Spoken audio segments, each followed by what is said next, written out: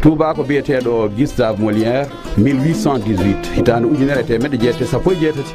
o naati e nder leyɗe Afrique. O wi de o naati ha o hooti o wi tubakoɓe Europe e Amérique min koye mi tawi won leƴƴol ɓaleɓe ngol tawmi e nder leyɗel Afrique e ngol daɗi en enen juɓɓudi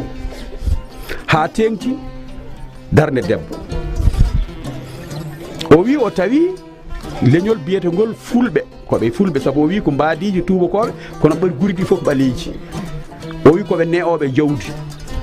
O wi o tawi debbo o e gorko o ina poti haqqeji e nder rendo maɓɓe ngo.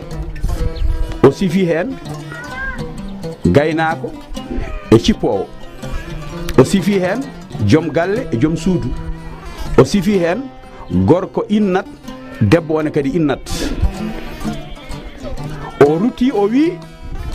eɓe jogui qualité goɗɗo sabu ɓe ƴettata jeeyaɗo e mabɓe ɓi pullo hayso haaɓe ɓi pullo bandum fooli ɗum waɗata ɗum maccuɗo. O ɓeydi hen woni gueɗe nayyi. O ɓeydi gueɗal joyoɓal o wi défaut mabɓe ɗum ko woni bone mabɓe kam kala mboɓe kaaɓi soɓe jaltinani iyam ɓe cikkata koɓe poolani. Gueɗal jeegoɓal ngal o wi neɗɗo fof mboɓe gondi ɓe jaggata kamɓe ɓuurma teddude teddugal mabɓe ɓe ndena ɗum no feewi. Sa woni Touba ko Europe naajo walla woni Arabi are mabɓe ina wayna hade mabɓe rokkudema gueɗal ko mataw eɓe beela kono wona hulɓine takata ittude gueɗal ɓe dokkuma. Sa hulɓini ɓe heɓata gueɗal mabɓe ɗum noon wambaɓe ɓe mbi on saaha koɓe beele heeɓe gardien waase wona question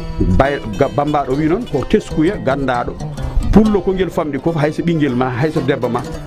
sa furima ɗum no feewi sa renaki tan bonnana ɗum sabu no wawi yoppitade taw ka jinnaɗo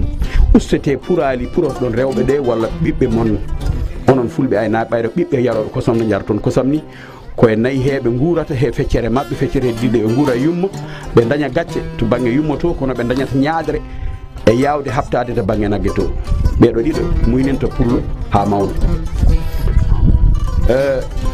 O wi sen ƴewtidima ma en taw pullo kumandan tubako e colonel tubako e chauffeur tubako fof wiyete ko tubakel kaari en ha hande ene keɗɗiɗi hen tubakel jiboda en tubakel mafre tubakel alana walla biddi tubakel tan wiyete capatel kaari hay soko ta ɗum nelaɗo soɓe jawani mbi ko sirif tan mbiyata capatel jibril ba en e capatel kaari en ɗum waddi no firti ko jomum no ari kañum no wonde valeur mum no sikka kañum wawi yimɓe fof ɓuuri fof en tawa kañum koɓe fanɓiɓe ɗum e nder yeeso mabɓe teddugal mabɓe ɓuuraniɓe teddugal keddugal eɓe itta noon teddugal mabɓe ɓe dokka tawi ka neɗɗo newiɗo cikkowo ka ɓuraɗo an ɓe ɓurnuma koye mabɓe kono sa sikki aɗa ɓuuri ɓe tan ɓe jippinte less joni joni ɗum koye jikkuji mabɓe jeeya gueɗel keddingel guel eɗen fof eɗen gandi to tubakoɓe to arabeɓe to jolfuɓe ɓe ngala joom suudu ko gorko tan jeeyi fof ɓen ɗon ɓe kalɗen ɗo ɓe innata debbo innata gorko jeeyi yettode jeeyi inde jeeyi fof te gorko wawa jibinde tawa debbo tawaka wadde ɗon ina wayno sa ƴewdima nder eɓe ɗesi fuyde seeɗa sabu mo ganduɗa a wawa wondu an goto ko ma gondonde mbawa faggade ɓesgu son dañi ɓesgu poɗon feccude so tawi accidima yettode nde mais accid ɗum inde nde poton hen sa so inni mbasa wadde hen fitina mbiya ɗum foti wonde so tawi a diidi galle kam diida suudu wadde yo joftine suudu mum pullo bawɗo pular wiyata o ko debbam o ko gorkam ala